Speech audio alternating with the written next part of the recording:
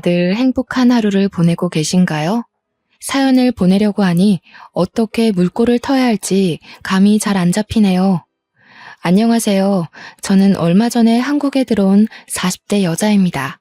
어떤 이야기를 할지 참 궁금하시죠? 제 이야기는 전 남편과의 징글징글한 이야기입니다. 그럼 지금부터 속 시원하게 한번 털어보겠습니다. 제 남편은 말 그대로 개천용, 개천에서 용이 난 케이스였습니다. 술독에 빠져서 늘 정신을 못 차리고 술주정을 부리는 시모에 노름판에 빠져서 돈을 벌기는커녕 빚만 늘리는 시부, 거기다가 어릴 때 사고를 쳐서 애까지 하나 달고 있는 시동생까지 개차반 가족이었습니다. 그중 유일하게 정상으로 보이는 게 제 남편이었죠. 그런 가정 환경을 가진 남자와 결혼을 했다고 하니 주위에서는 모두 저에게 이혼을 하라고 했습니다. 저보고 불쌍하기는커녕 오히려 멍청이라고 부르더라고요. 사실은 몰랐습니다. 남편의 집이 그런 개차반인지 상상도 못했어요. 남편은 저에게 고아라고 했고 고아원에서 자랐다고 했습니다. 그래서 우리 집에서는 오히려 쌍수를 들고 환영을 했죠. 귀한 딸 시집살이 시킬 시댁이 없다고 하니 얼마나 좋았겠어요. 남편은 저를 속이려고 속였던 게 아니라고 했습니다. 실제로 고아원에 어릴 때 맡겨서 성인이 되어 고아원에서 쫓겨날 때까지 수모를 참으며 살았다고 했습니다. 공부를 제대로 시켜주지 않아서 혼자 친구들이 버린 문제집을 주워다가 지우개로 박박 지워가며 공부를 했다고 했어요. 그래서 제 남편은 변호사가 되었고 저보다 저희 아버지를 먼저 알게 되었습니다. 저희 아버지는 국내에서 내노라 하는 불굴의 탑 10대 변호사 사무실 안에 들어가는 법무법인의 대표였습니다. 아버지께서는 판사로 임용이 되어 법원에 오래 자리를 잡고 계시다가 판사직을 내려놓고 변호사가 되셨죠. 운 좋게 굵직한 사건들을 맡아 해결을 하신 이후 사무실은 점점 커졌고 지금은 모든 분야에서 탑이라고 일컫는 법무법인을 운영하십니다. 아버지께서는 정치계 쪽에도 기업인들 사이에서도 인기가 많은 변호사였습니다. 그런 아버지의 눈에 제 남편이 어떻게 눈에 들어왔는지 궁금하시죠? 우리 남편은 아주 뚝심 있는 국선 변호사였습니다. 아주 진창으로 나락으로 가난한 사람들을 대변하는 그런 변호사였어요. 뚝심이 어찌나 강한지 주위에서 아무리 흔들어도 꿈쩍없는 사람이었습니다. 아버지께서는 그런 제 남편을 너무나도 마음에 들어 하셨고 하루라도 빨리 본인의 사무실로 스카우트하고 싶어 하셨습니다. 몇 번의 제의를 했지만 그때마다 거절을 당하셨다고 했어요. 남편은 가난한 사람들을 도와주고 싶다고 커다란 회사에 들어가 굵직한 사건만 맡으면 소외된 사람들은 누가 변호해주냐고 했다고 하더라고요. 그러면 그럴수록 우리 아버지의 마음에는 가득히 제 남편이 담겼다고 했습니다. 그날은 어머니의 심부름으로 아버지께 물건을 가져다 드리러 사무실에 방문한 날이었는데 그날도 아버지께서는 제 남편을 회유하러 부르셨어요. 남편은 거절을 하고 나오고 저는 아버지의 사무실로 들어가는 순간 마주쳤습니다. 저는 남편에게 정말 한눈에 반하고 말았습니다. 아버지의 사무실에서 멀끔하게 나오는 그 모습에 두 눈을 빼앗기고 말았습니다. 저는 아버지께 당장 달려가 저 사람은 누구냐고 물어보았죠. 아버지께서는 아주 뚝심이 있는 남자라면서 저에게 모든 이야기를 해주셨어요. 스카우트하고 싶은데 죽어도 넘어오지 않는 사람이라면서요.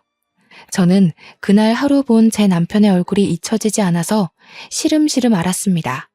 이게 바로 상사병이라는 걸까요? 정말 딱 한 번만 더 봤으면 좋겠다 하는 생각이 머릿속에서 지워지지 않았습니다. 결국 전 용기를 내었어요. 수소문을 해서 남편이 일하는 국선 변호사 사무실을 찾아갔습니다. 무슨 일로 오셨습니까? 저에게 묻는 남편에게 저는 그저 아무 말도 하지 못했습니다. 제가 무슨 사정이 있나 보다 하고 잠자코 저를 기다려 주었는데 그 모습도 너무 강단 있어 보이고 멋있더라고요. 저는 솔직하게 이야기했습니다. 제가 누구 딸인지 말이죠. 그러자 저한테 사무실까지 따님이 찾아올 거라 생각도 못했다면서 이미 제안은 거절했다고 했습니다. 저한테 그게 무슨 상관일까요?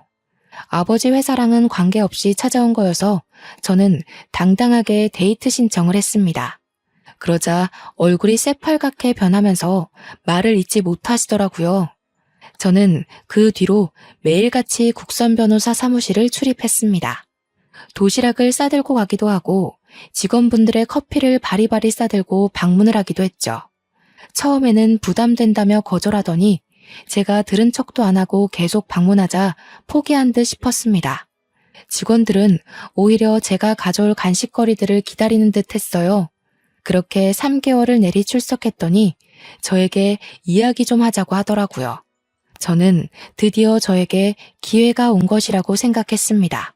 같은 사무실을 사용하는 다른 변호사들도 모두 저한테 잘해야 된다고, 저 같은 여자를 잡아야 한다고 입김을 불어넣고 있었거든요. 솔직히 우리 어머니께서 아버지에게 얼마나 지극정성인지 크고 잘하면서 배웠기 때문에 저도 내조만큼은 정말 잘할 수 있었어요. 든든한 처가의 뒷배까지 생기는 건데 당연히 저를 잡아야 하는 거 아니겠어요? 그런데 제 남편은 저를 불러내어 아주 음울한 이야기들을 쏟아내었습니다.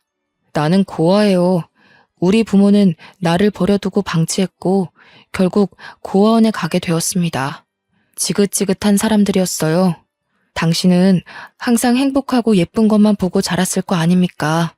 나는 그런 당신이 너무 부담스럽습니다. 저에게 솔직하게 이야기한다면서 제가 부담스럽다고 하는데 눈물이 왈칵 터지더라고요. 그러더니 뒤돌아서 사무실에 들어가 버리더라고요. 저는 이대로 제 사랑을 접어야 하나 했습니다.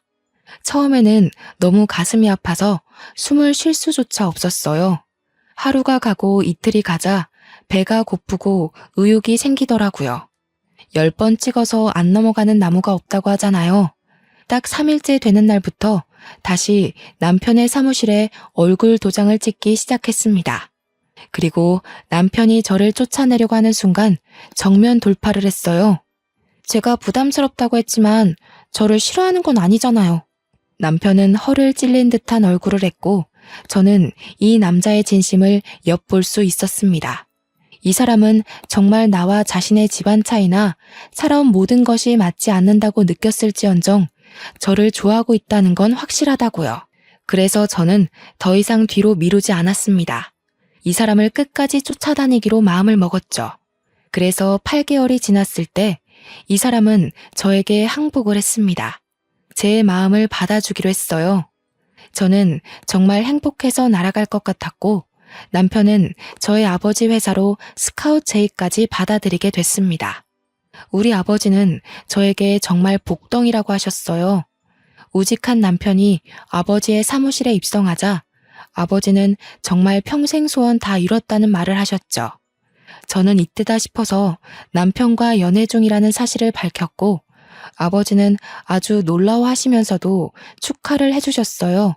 우리 남편이 고아라는 사실을 저희 부모님께서 쌍수 들고 환영했다고 하셨잖아요. 아버지께서는 당장 결혼이라도 하라며 저희를 응원해 주셨습니다. 그래서 저희는 결혼을 준비했어요. 남편이 국선 변호사로 일하면서 모아둔 돈이 별로 없었기에 저희 아버지께서 통 크게 사무실 근처에 아파트를 하나 사주셨고요. 어머니께서는 혼수를 채워주셨습니다. 남편은 너무 면목 없다며 늘 우리 집에 와서 죄인처럼 굴었지만 부모님께서는 남편에게 당당하게 굴으라고 하셨습니다. 어디 가서 절대 뒤처지지 않는 땡땡 법무법인의 변호사라고 기죽지 말라고 하셨어요. 그렇게 저희는 행복한 웨딩 촬영도 하고 신혼집을 꾸미며 결혼식 날만 기다리고 있었습니다. 그런데 사건은 결혼식 당일에 터졌어요. 남편이 고아라고 했기 때문에 우리 가족 모두 그런 줄 알고 있었고 혼주석 또한 비워뒀었거든요. 그런데 결혼식이 시작되기 30분 전에 식장이 조금 소란스러워지더니 혼주석에 떡하니 웬 아줌마 아저씨가 앉아있는 거예요.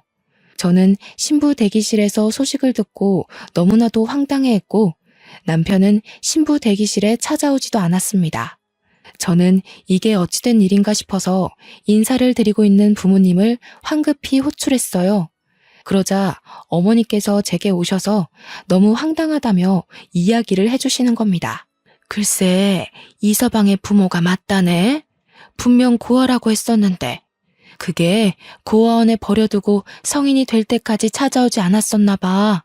그러다가 변호사 되고 돈 잘 번다는 이야기를 어디서 주워 듣고는 수소문해서 오늘에서야 나타난 거라대. 경사스러운 날에 이게 무슨 날벼락이니? 어머니는 정말 걱정스러운 얼굴로 저를 쳐다보면서 말씀하셨어요. 저도 갑자기 하늘이 노랗게 변하는 것 같았습니다. 결혼식이 시작하는 소리가 들리고 진행 요원이 신부 대기실에 와서 입장을 준비하라고 했어요. 이제 와서 도망치기엔 너무 늦었다는 소리였죠. 일단 부딪혀 본 적 없는 시댁 식구들이었기에 결혼식을 올리고 나서 생각해보자는 안일한 생각이 저를 지배했습니다. 남편도 꽤 당황한 듯한 눈치였어요. 힐끗 바라본 신랑 쪽 혼주석에는 한복을 어디서 대여했는지 조금 낡아 보이는 한복을 입고 앉아 계신 남편의 부모님과 시동생, 그리고 갓난 아기가 보였습니다. 저는 이를 꽉 깨물고 아버지의 손을 잡고 입장을 했고 성대한 결혼식을 올렸습니다. 결혼식이 끝나고 정신없이 인사를 드리고 난 뒤 정막이 찾아왔어요. 그때서야 제대로 시부모라는 사람들과 인사를 할 수 있었습니다. 앙큼하게 어디 알리지도 않고 결혼식을 올릴 생각을 했어? 이런 중요한 일에 우리를 찾아와 인사할 생각도 안 하고. 남편은 아무 말도 하지 않았습니다. 저는 너무 당황스러웠고요. 어디서 사는지도 모르는데 어떻게 가서 인사를 드리고 상견례를 진행합니까? 저희 부모님도 똥 밟았다는 얼굴을 하고 계셨습니다. 남편은 신혼여행이 급하니 인사는 다녀와서 드리겠다고 공손하게 대답한 뒤 저의 손을 잡았어요. 제가 너무나도 사랑했던 남편이기 때문에 믿고 신혼여행길로 올랐습니다. 신혼여행길에서 모든 이야기를 들을 수 있었어요. 고아원에서 지낼 때 고아원 원장이 은근슬쩍 친부모에 대해 이야기를 해준 적이 있었다고요. 공부를 잘하니 성인이 되면 한몫할 거라고 넌지시 던졌다고까지요. 친부모란 사람은 아이를 버린 것도 모자라 어린 시동생만 데리고 키우면서 남편에게 빌붙을 준비를 하고 있었던 거였어요. 결국에 변호사가 되고 고아원에 찾아가 수소문을 해서 얼마 전에 연락이 왔다고 했습니다. 남편은 결혼을 한다고만 이야기했고 결혼식까지 찾아온 건 시부모가 스스로 한 거라고요. 저는 그런 남편을 꼭 안아주었습니다. 저라면 친부모고 나발이고 고생할 때 지원은커녕 애를 버리기까지 했는데 그런 사람들이랑은 인연 자체를 끊을 것 같거든요. 그런데 남편은 그래도 낳아준 부모라면서 고아원에 맡겨지기 전까진 행복했던 기억들도 있다고 그 사람들과의 인연을 끊지 못했습니다. 그러면서 눈물을 흘리기 시작하는데 저는 안쓰러운 마음이 들면서도 왜 끝끝내 저에게 고아라고 말을 했는지 의문이 들었어요. 미리 언질이라도 해주었으면 결혼을 조금 미뤘을지도 모르죠. 아니면 제가 시부모를 찾아가서 이야기를 듣고 오해를 풀 시간이 충분했을지도 모르고요. 상견례 한 번 한 적 없는 시부모라는 사람이 결혼식 당일에서야 갑자기 나타나 행색만 겨우 맞추고 혼주석에 앉아 있었다고 생각해보세요. 미리 알았으면 한복이라도 제대로 해드렸을 텐데 우리 부모님이랑 얼마나 비교가 되었겠습니까? 소매가 다 낡아 빠진 한복에 누렇게 변해버린 와이셔츠에 어디서 빌렸는지 기장도 맞지 않은 정장을 입고 나타난 시부모. 우리 부모님 손님들이 얼마나 대단하신 분들인데 그걸 보고 다들 아무 소리 안 하고 넘어갈 수 있겠어요. 다들 우리 집에 대해 욕을 하느라 바빴겠죠. 부모님도 정말 당황하셨을 거예요. 저는 다른 것보다 그게 더 마음이 쓰이더라고요. 아무튼 남편은 저에게 앞으로는 못 볼 걸 보여주지 않겠다고 약속했지만 이미 남편의 표정에는 근심이 가득했어요. 부모님이 어떻게 지내실지 궁금했겠죠. 남편도 정말 20년 만에 만난 부부라며 안절부절 가만히 있질 못하더라고요. 신혼여행의 즐거움은 아주 잠깐이었습니다. 그렇게 서울로 돌아와 신혼집에 들어갔는데 시부모란 사람이 신혼집 구경은 언제 시켜주냐고 연락이 왔습니다. 남편은 집으로 초대를 해도 되겠냐고 물었고, 솔직히 친부모인데 제가 거절할 수 없어서 알겠다고 했습니다. 부지런하게 집들이 음식을 만들고 시부모를 초대했습니다. 그 자리에는 당연히 어린 시동생과 갓난 아이까지 오게 되었고요. 집이 아주 궁전이네. 방이 2개만 더 있었어도 우리랑 둘째까지 같이 사는 건데. 저는 그 말에 입을 떡 벌렸죠. 신혼집인데 어떻게 시부모를 모시고 살겠어요? 거기다가 시동생까지요? 제가 남편의 옆구리를 쿡 찌르자 남편은 안 될 소리라고 하면서 지금은 어디 사시느냐 묻더라고요. 저는 그 말을 왜 붙이나 했어요. 지하 단칸방이라도 산다고 그러면 우리 집으로 모실 것 같은 기세였거든요. 남편은 분명 저에게 피해가는 일 없게 하겠다고 호언장담했는데 실제로 친부모를 보니까 그 다짐은 어디다 팔아먹은 건지 우유부단하게 굴었어요. 그러자 시동생이 불쑥 끼어들어서 말을 하더라고요. 우리 그냥 다 쓰러져가는 빌라에 옹기종기 모여 살지. 나야 뭐 애까지 있으니까 그렇다 쳐도 엄마 아빠는 여기 살아도 되지 않나 형? 방 남지 않어? 저기 있는 방. 저기는 우리 아이가 쓸 방이에요. 임신 계획이 있기 때문에 아이를 위해 비워뒀어요. 그럼 애 태어나기 전까지만 같이 살면 되잖아. 우리 엄마 애 잘 보는데. 아니, 애를 잘 봐서 고아원에다가 애를 맡기고 술독에 빠져 산답니까? 저는 남편을 째려봤어요. 그러자 남편이 시동생에게 그만하라며 여기 친정에서 해주신 신혼집이라고 하더라고요. 그래서 사돈 어른 댁은 뭐하는 집안인데 부자야? 제가 지금 다니는 변호사 사무실 대표님이세요. 어마마, 그럼 엄청나게 부자 아냐? 내가 고아원 가서 이야기 들으니까 너 엄청 좋은 데 취직했다던데. 우리 며느리가 복덩이네, 복덩어리야.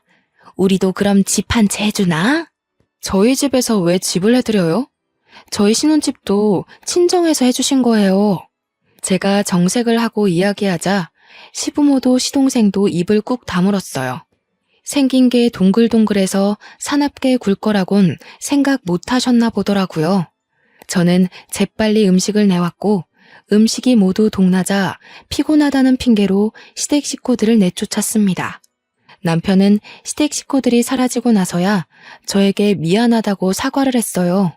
제가 당신 정말 좋아해서 쫓아다닌 건 맞지만 이런 상황까지 예상했던 건 아니에요. 앞으로 당신이 제대로 처신했으면 좋겠어요. 남편은 알겠다고 고개를 끄덕였어요. 처음의 바램처럼 제대로 된 바람막이가 되어주겠다고 약속했습니다. 하지만 뻔뻔하기 그지없는 시부모들은 저에게 아주 갖은 요구를 해댔습니다. 처음에는 아주 불쌍하게 이야기를 했어요. 당장 뜨끈한 쌀밥이 먹고 싶은데 돈이 없으니 10만 원만 보내달라고 하더라고요. 10만 원이 없어서 허덕이진 않았기 때문에 처음에는 그냥 보내드렸죠. 그런데 매주마다 요구를 하시는 거예요. 10만 원씩. 그러더니 시간이 좀 지나니 달마다 용돈을 달라고 하시더라고요. 50만 원. 매달 50만 원만 붙여주면 우리가 너네 살림에 절대 간섭 안 하마. 우리도 돈을 벌긴 벌고 있는데 손주까지 키우려니 살림이 워낙 빠듯해서 그래. 저한테 비굴하게 비는데 매몰차게 거절할 수가 없었어요. 그래서 매달 50만 원씩 남편이 주는 생활비에서 뚝 잘라 보내주기 시작했습니다. 한동안은 잠잠하던 시댁 식구들은 3개월쯤 지나자 본색을 드러냈어요. 지금 살고 있는 빌라가 너무 낡아서 난방도 제대로 안 되고 비도 샌다면서요. 저에게 집 수리를 좀 해줄 순 없냐고 하는 거예요. 저는 그 낡은 빌라를 고쳐봐야 얼마나 들겠나 싶어서 알겠다고 했어요. 뭐 예단비 대신 드린다고 생각하면 되겠지 하고 생각했어요. 그런데 글쎄 인테리어만 한 게 아니라 가전제품도 싹 바꿨더라고요. 뻔뻔하게 저에게 4천만 원을 달라고 하는데 비가 들이치는 부분 메우고 벽지만 발랐다면서 4천만 원이 말이 되느냐고 되물었죠. 그랬더니 너무 당당하게 말을 하시는 거예요. 아니, 벽지를 싹 발라놓으니까 우리 낡은 가구들이 눈에 거슬리잖아. 부자 며느리 좋다는 게 뭐니? 이럴 때 딱 돈 쓰는 거지. 제가 아직도 친정에서 용돈 받아다 쓰는 줄 아셔요? 이거 다 그이 지갑에서 나오는 거예요. 그이 용돈 줄여서 할부로 갚아야 하니까 그런 줄 아세요. 얘야 얘야 하고 애타게 저를 부르는 소리가 들렸지만 무시하고 전화를 끊었습니다. 제가 친정에 말해서 4천만 원 빌리는 거야 어렵지 않죠. 꾸준히 제가 모아왔던 돈들도 있고 그거야 어려운 거 아니지만 그래도 저한테 당당하게 요구하는 꼴이 마음에 들지 않았어요. 제 남편에게 문제집 한 건 사줘본 적 없는 사람들이 무슨 염치로 집을 저렇게 다 뜯어 고치는지. 그러나 시부모만 뻔뻔한 게 아니었습니다. 이제 갓 군대에서 전역한 시동생은 더욱 파렴치한 놈이었죠. 시동생에게 어린 아이가 있다고 했잖아요. 군대에서 휴가 나왔을 때 여자친구를 임신시켰는데 여자친구가 애만 덜렁 시댁에 두고 사라졌다고 하더라고요. 아직 앞날이 창창한 20살이라 아이를 키울 자신이 없다고 애만 두고 떠났다고요. 고아원에 버리겠다고 난리를 친 시부모를 시동생이 설득했대요. 그 이야기만 듣고 제정신이 박힌 사람이구나 싶었는데 아니더라고요. 군대 제대하고 나서부터 애는 뒷전이고 맨날 PC방에서 담배 피고 술집 가서 술 먹고 노느라 바빴대요. 그래서 애가 아빠를 보고도 낯설어 한다고 하더라고요. 그런 시동생이 저한테 애를 데리고 다니는데 불편해서 그런다며 차를 사달라고 하더라고요. 그걸 왜 저한테 말하는지 이해가 되지 않아서 남편이랑 상의해보라고 했죠. 우리 형 아시잖아요. 고아원에서 힘들게 산 거. 그런데 어떻게 형한테 차까지 사달라고 해요? 그럼 얼굴 3번도 안 본 형수한테 차 사달라고 하는 건 되고요. 스스로 일해서 돈 벌어 사세요. 이야기 들어보니까 맨날 집에서 게임하고 술 먹는다고 하던데 애를 위해서 사는 게 맞아요? 시동생은 형수 너무하네, 있는 사람이 더하다던데 궁시렁거리면서 전화를 끊었습니다. 저는 화가 나서 남편이 퇴근하고 돌아오자마자 이야기를 했어요. 당신의 가족들이 나한테 자꾸 이것저것 요구하는 거 알고 있냐고 이야기를 하니 전혀 몰랐다고 하더라고요. 그러면서 저한테 용돈을 드리고 있는데 그걸로 부족한가? 하는 거예요. 제가 매달 50만 원씩 드리는 거 그거 남편한테 말한 적이 없었거든요. 놀래서 남편에게 50만 원 드리는 거 알고 있었냐고 하니까 뭔 소리냐고 되묻더라고요. 아니, 50만 원은 또 무슨 말이야? 내가 매달 100만 원씩 보내드리고 있는데 당신이 돈을 또 보내드리고 있었어? 저는 완전 뒤통수 맞은 기분이었어요. 매달 150만 원씩 저희 부부에게 갈취를 하고 있었던 거죠. 그것도 아주 교묘하게요. 그러면서 인테리어 해달라, 가전 바꾼다, 돈 뜯어가고 차까지 사달라고 했던 거예요. 저는 남편을 쥐잡듯이 잡았습니다. 얼마나 우습게 보였길래 이런 식으로 가족이라는 사람들이 뒤통수를 치냐고요. 그러자 남편이 저한테 버럭 화를 내더라고요.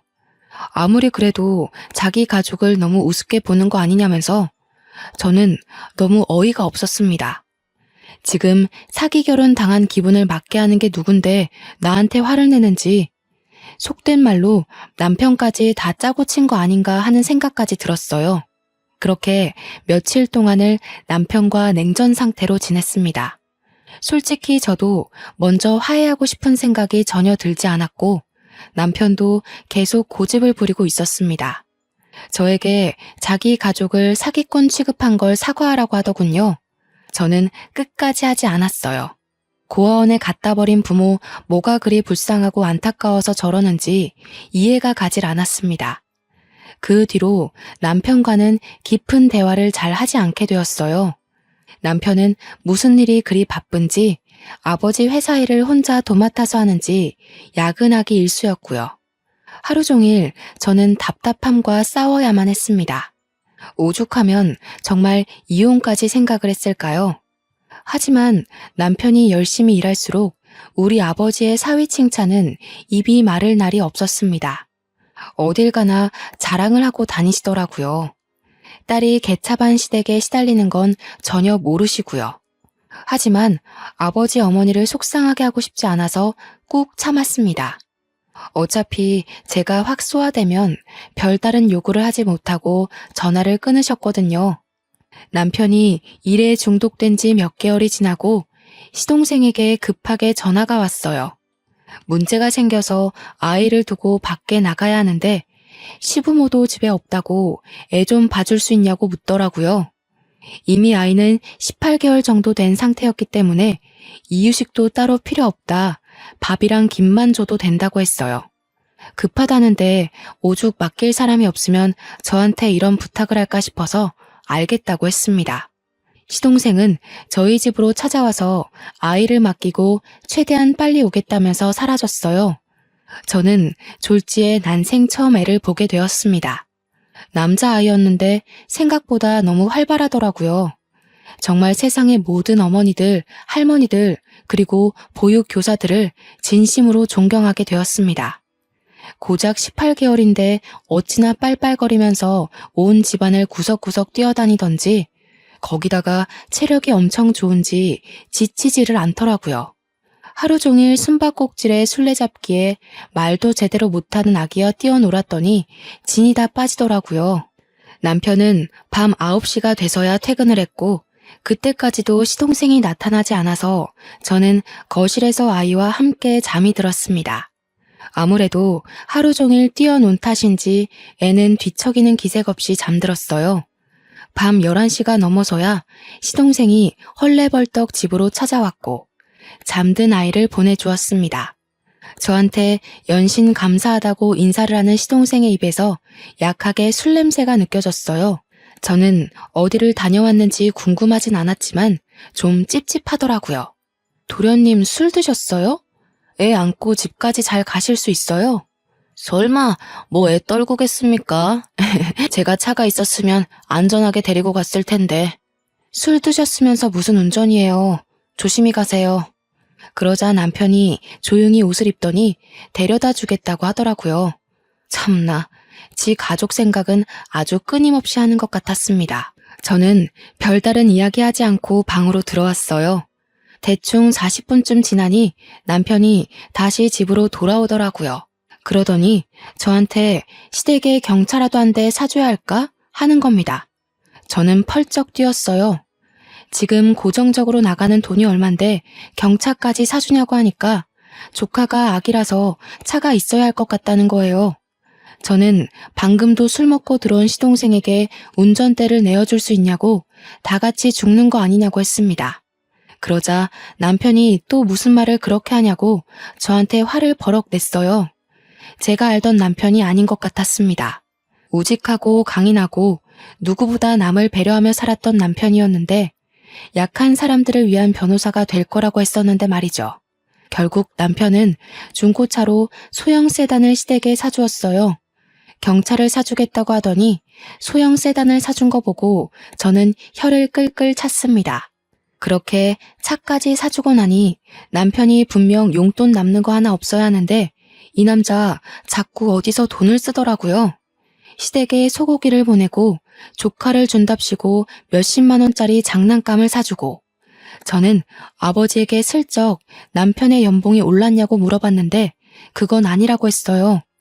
원래도 잘 벌긴 했지만 그래도 저희가 매달 청약도 들고 적금도 있고 고정 생활비에 지출비도 있고 시댁에 150만 원씩 용돈도 드리고 하다 보니 남편이 유동적으로 쓸 수 있는 현금이 부족하긴 해야 하는데 이상하게 화수분처럼 돈을 꺼내더라고요. 슬슬 찜찜해지기 시작했죠. 그렇게 또 2달이 흐르고 시동생은 간간히 저희 집에 아이를 맡겼어요. 조카가 절 좋아한다는 말도 안 되는 이야기를 들이밀면서 애를 맡기더라고요. 처음에는 한두 번이니까 알겠다고 좋은 마음으로 아이를 봐주었는데 이게 시도 때도 없이 그러니까 저도 싫더라고요. 주말에 남편이랑 데이트라도 할라 치면 조카를 데려오질 않나. 평일에도 불쑥 찾아와서 1시간만 맡아주세요, 2시간만 맡아주세요 하는데 제가 무슨 보모라도 된 기분이었습니다. 그래서 하루는 집에 없는 척을 했어요. 배를 여러 번 누르고 문도 쾅쾅 두들기다가 집에 진짜 없나? 하면서 조용해지더라고요. 엘리베이터가 열렸다 닫히는 소리도 들려서 시동생이 갔나 싶어서 인터폰을 켜보니까 없더라고요. 그래서 잘 됐다, 집에서 늘어지게 영화나 봐야지 하고 있는데 갑자기 조카의 울음소리가 들리는 거예요. 놀래서 현관문을 벌컥 열었습니다. 그러자 시동생은 어디로 사라지고 없고 현관문 앞에 조카만 덜렁 있었어요. 아직 2돌도 안 된 아기를 두고 사라진 거예요. 저는 놀래서 시동생에게 전화를 하려고 휴대폰을 열었는데 문자가 하나 와 있더라고요. 형수, 어디 갔어요? 문 앞에 애 두고 저 일 좀 보고 올게요. 집에 얼른 들어가서 애 좀 챙기세요. 저는 정말 너무너무 빡쳤습니다. 그래서 바로 아이를 데리고 집에 들어와 시동생에게 전화를 걸었습니다. 전화를 당연히 받지 않더라고요. 그 뒤로도 3번을 더 걸었는데 받지 않았어요. 결국 남편이 먼저 퇴근해서 돌아왔고 아이와 함께 저녁을 먹고 씻긴 뒤 남편에게 문자를 보여주었습니다. 남편은 문자를 보더니 놀래서 눈이 땡그레지더라고요. 그 순간 시동생이 현관문 벨을 누르더라고요. 남편이 문을 열어주었고 제가 바로 시동생의 뺨을 때렸습니다. 남편도 시동생도 무척 놀란 얼굴이었어요. 도련님, 아무리 상식이 없다고 해도 제정신이에요? 문자만 하나 덜렁 보내놓고 애를 문 앞에 두고 사라지면 어떡해요? 이 어린애가 계단이라도 굴렀으면 어쩔 뻔했어요. 아빠라는 사람이 이렇게 무책임해도 돼요? 제가 막 소리를 지르자 남편이 그제서야 시동생을 혼내기 시작했어요. 그러자 시동생이 입을 꾹 다물고 자고 있는 아이를 들쳐업고 가더라고요. 남편이 따라 나서는 걸 보면 집까지 데려다 주는 것 같았습니다. 저는 열을 식히느라 샤워를 하고 나왔더니 남편이 와 있더라고요. 제가 뺨 때린 게 너무했냐고 물어보니 아니라고 잘했다고 하면서도 뭔가 할 말이 있어 보였어요. 할 말이 있으면 지금 하라고 했더니 저한테 조카 이야기를 하더라고요. 동생이 너무 어리기도 하고 조카는 엄마의 손길이 필요한 것 같아서 말이야. 내가 부모님이랑 이야기를 해봤는데 조카를 우리가 입양해서 키우는 게 어떨까? 저는 남편에게 바로 손에 집히는 휴지를 던졌습니다. 우리한테 애가 있는 것도 아닌데 어떻게 그런 말을 할 수 있어? 남의 자식을 내 자식처럼 키우라고. 그게 말이나 되는 소리야? 언제는 고아라며, 가족 없다며. 남편은 저에게 진정하라고 오늘은 따로 자자고 하면서 거실로 나갔습니다. 저는 너무 스트레스를 받아서 구토가 확 올라왔어요. 한바탕 변기를 붙잡고 다 토해낸 뒤 겨우 잠이 들었습니다. 그 뒤로 스트레스 탓인지 미열도 자꾸 오르고 식욕도 없고 어지럽기도 하고 그러더라고요. 그러다 일이 확 터졌죠. 시모가 술 먹다가 옆 테이블 아줌마랑 시비가 붙어서 싸움이 났는데 옆 테이블 아줌마를 거의 발로 밟았다는 거예요. 곤죽이 된 피해자가 시모에게 폭행치사 소송을 건 것이었어요. 남편은 난리가 나고 시모는 저에게 우리 아버지 회사 변호사 1명 빵빵한 분으로 붙여달라고 요구를 하고 저는 진짜 저희 부모님 보기 부끄러워서 아무 말도 못했고요. 저한테 계속 전화를 걸어서 변호사가 그리 많은데 자기 일 봐줄 사람 하나 없는 게 말이 되냐고 소리를 치는데 진짜 혀를 깨물고 싶었어요. 시부는 저한테 아들이랑 시모 몰래 50만 원만 빌려주면 100만 원으로 불려서 갚겠다는 헛소리나 하고요. 개버릇 남 못 준다더니 시부는 아직도 노름질을 하고 있고 시모는 술독에 빠져 살고 있었습니다. 남편은 하루하루 말라가고 있었어요. 안쓰러워서 보듬어주고 싶다가도 지 가족 챙기는데 힘쓰는 걸 보면 정내미가 뚝 떨어졌습니다. 그러다가 문득 알게 되었습니다. 제가 생리를 하고 있지 않다는 사실을요.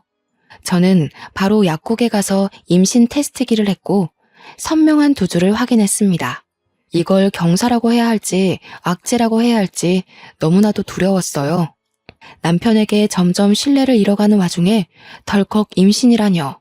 하지만 산부인과에 가서 8주가 됐다는 소견을 받고 아이의 심장 소리를 들으니 모성애가 생기더라고요. 어떻게 해서든 내 아이만큼은 정말 제대로 번듯하게 사랑만 주면서 잘 키워야겠다. 그런 생각이 들었습니다. 그런데 병원에서 제 자궁이 약하다고 하더라고요. 유산기가 있으니까 조심해야 된다고 저 같은 산모들은 30주가 돼도 불안해야 한다고 했어요. 절대로 무리하지 말고 집에서 쉬는 것만 생각하라고 하면서요. 저는 제 임신 사실을 남편과 친정에 알렸습니다. 친정 부모님은 당연히 너무나도 좋아하셨죠. 저에게 벌써 어디 한약이 좋다더라 하시면서 하루빨리 손주를 만날 날을 기대하고 있었습니다. 남편에게는 모든 걸 솔직하게 말했습니다. 제 자궁이 약해서 절대로 스트레스 받으면 안 되고 무리해서도 안 된다고요. 남편은 제 말을 잘 이해한 것 같았어요. 그 뒤로 시부모에게 연락을 받는 일이 없었거든요. 하지만 한 가지 시동생만큼은 여전히 눈치 없이 굴었습니다. 저에게 자꾸만 조카를 맡기고 사라졌어요. 분명 술 먹고 노는 게 맞는데 아니라고 뚝 잡아떼면서 제가 거절하지 못하게 집으로 애부터 들이밀더라고요. 제가 임신 4개월을 넘겼을 시점 조카랑 놀다가 무리를 했는지 배가 조여들게 아파오기 시작했어요. 그때 응급실에 가니 자궁이 많이 약하다고 하면서 집에서 누워만 있으라고 하더라고요. 하지만 뛰어서 놀아주던 조카애가 벌써 2돌을 넘겼는데 가만히 앉아서 놀자고 하면 그러겠다고 할까요? 저한테 더 뛰자고 계속 졸라대기만 했죠. 저는 결국 병원에 입원을 해야 했습니다. 자궁이 수축해서요. 절대 무리하지 말라는 의사 선생님의 신신당부를 듣고 집으로 돌아간 날 남편은 출근을 했고 어김없이 조카가 집에 찾아왔습니다. 도련님한테 피곤해서 애 못 봐준다고 했는데 잠깐만 봐주면 된다고 들이밀고 도망가더라고요. 어쩔 수 없이 조카에게 큰엄마가 피곤해서 자야 하니까 혼자 놀고 있으라고 했어요. 그렇게 저는 아이에게 TV를 틀어주고 침대에 누워 자고 있었습니다. 곤이 단잠에 빠져 있는데 뭔가 꿀렁꿀렁 거리더니 배에 심한 통증이 느껴졌어요. 정말 악 소리를 외치면서 잠에서 깼다가 그대로 기절을 하고 말았습니다. 그렇게 몇 시간을 기절했는지 모르겠어요. 눈을 떠보니 병원 응급실이었고 남편은 사색이 되어 저를 보고 있었습니다. 순간 저는 느낌으로 알았어요. 제 아이가 유산이 되었다는 것을요. 조카가 제가 잠든 사이 제 배 위로 점프를 했고 그 충격으로 인해 아이가 유산이 된 것이었습니다. 침대에 기절해서 하혈하고 있던 걸 남편이 퇴근하고 나서야 발견을 해 응급실에 실려왔고 응급수술을 받았으나 더 이상 임신이 어렵다는 판정을 받았어요. 저는 그 이야기를 들으면서 또다시 기절을 할 것만 같았습니다. 충격에 하염없이 눈물만 흘렸고 제 옆을 지킨 부모님과 남편도 눈물만 흘리고 있었어요. 그런데 그때 시동생이 박수를 짝 치는 거예요. 형수, 더 이상 임신도 어렵다는데 조카를 입양해서 키우는 게 낫지 않겠어요? 나야 애 없는 게 편하고 형수는 애 키우고 싶잖아. 엄한 애 입양하는 것보다야 핏줄 입양해서 키우는 게 낫지. 이 미친놈이 뭐라고 하는 거야 지금? 지금 내가 누구 때문에 아이도 잃고 이렇게 됐는데. 당신 흥분했어. 시동생한테 미친놈이라니. 뭐가 어쩌고 어째? 멍청한 놈이 미친 소리 하니까 미친놈이라고 하지. 내가 아주 사람을 잘못 봐도 단단히 잘못 봤구만. 지금 이 와중에 자네를 버린 가족들 편을 드는 겐가? 내 딸이 아니라? 내 눈앞에서 당장 저 미친놈 데리고 썩 꺼지게. 남편은 그게 아니라며 아버지께 변명을 했지만 아버지는 듣지 않으셨어요. 꼴도 보기 싫으니까 당장 꺼지라고 소리를 치셨고 저도 지지 않고 나가라고 소리를 질렀습니다. 저는 남편과 시동생이 나가자 아버지께 당장 이혼하겠다고 말씀을 드렸어요. 아버지는 제 손을 꼭 잡으며 일단 몸조리에 신경 쓰고 이혼은 그 다음에 바로 진행하자 하시면서 미안하다고 하셨습니다. 자기가 사람 보는 눈이 너무나도 부족했다면서 제 손을 잡고 그렇게 한참을 우셨어요. 저는 부모님을 위로하며 같이 울었습니다. 그렇게 2주일이 넘는 시간 동안 몸의 회복을 위해 노력했습니다. 자궁 초음파를 통해서 자궁 안에 남겨진 찌꺼기까지 깨끗하게 청소하고 제 난소도 확인하고 임신이 어렵다는 판정은 번복되지 않았지만 저는 심리치료까지 병행하며 마음을 다스렸어요. 그리고 집으로 돌아와 남편에게 이혼을 하자고 이야기했습니다. 남편은 당연히 절대 이혼 못 해준다고 했죠. 이혼을 못 해준다니 아쉽네. 그럼 소송으로 진행할게. 이 집은 부동산에 내놨으니까 하루라도 빨리 짐 빼는 게 좋을 거야. 명의가 내 건 거 알고 있지? 당신이 재산에 기여한 부분이 어느 부분인지 모르겠지만 그건 판결 나오는 대로 처리해 줄게. 남편은 제 손을 잡고 다시 생각해 보라고 했지만 저는 뿌리쳤습니다. 2번 생각할 겨를이 없는 확신에 찬 이혼 소송이었어요. 아버지는 바로 사무실 최고의 변호인단을 꾸려 제 소송을 준비해 주셨습니다. 그런데 일이 생각보다 아주 쉽게 풀렸어요. 남편이 월급이 오른 것도 아닌데 시댁에 돈을 쏟아부었었잖아요. 그게 알고 보니 아버지 회사 각종 거래처에서 뒷돈을 다 받고 있었던 거예요. 거절된 의뢰들도 몰래 수임해서 수임료 챙기고 아버지 로펌 이름을 걸고 갑질을 하고 있었던 거죠. 접대도 받고 뒷돈도 받고. 근데 그게 거래처의 장부에서 발견이 되고 수천만 원을 받은 것이 들통이 났습니다. 아버지께서는 그 증거들을 모조리 파헤쳐서 이혼 소송과 별개로 횡령으로도 소송을 걸었어요. 남편은 구속 위기에 처하자 저를 찾아와 울고불고 빌면서 이혼 바로 해주겠다고 용서를 해달라고 했죠. 하지만 전 이미 1번 기회를 줬잖아요. 2번 주기 싫었습니다. 소송은 소송대로, 이혼은 이혼대로 진행이 되었고 아버지의 로펌 간판 덕분인지 일사천리로 진행이 되었습니다. 재산 분할할 것도 전혀 없었던 게 남편이 횡령으로 고소가 되었고 그 횡령한 돈을 시댁에 쏟아부은 정황도 발견되었기 때문이었죠. 벌금도 된통 맞은 것도 모자라 변호사 자격 정지까지 받았으니 쌤통이죠. 인과응보라고 하나요? 결국엔 다 자기 업보로 돌아오게 되어 있습니다. 자기들이 버린 첫째 아들은 결국 또 처가댁에서 버려졌고요. 변호사라는 타이틀에 들러붙었으나 지금은 자격정지 먹고 손가락만 쭉쭉 빨고 있고요. 저는 유산과 이혼이 모두 정리된 이후 해외에 나와서 물 맑고 공기 좋은 곳에서 몸을 회복했어요.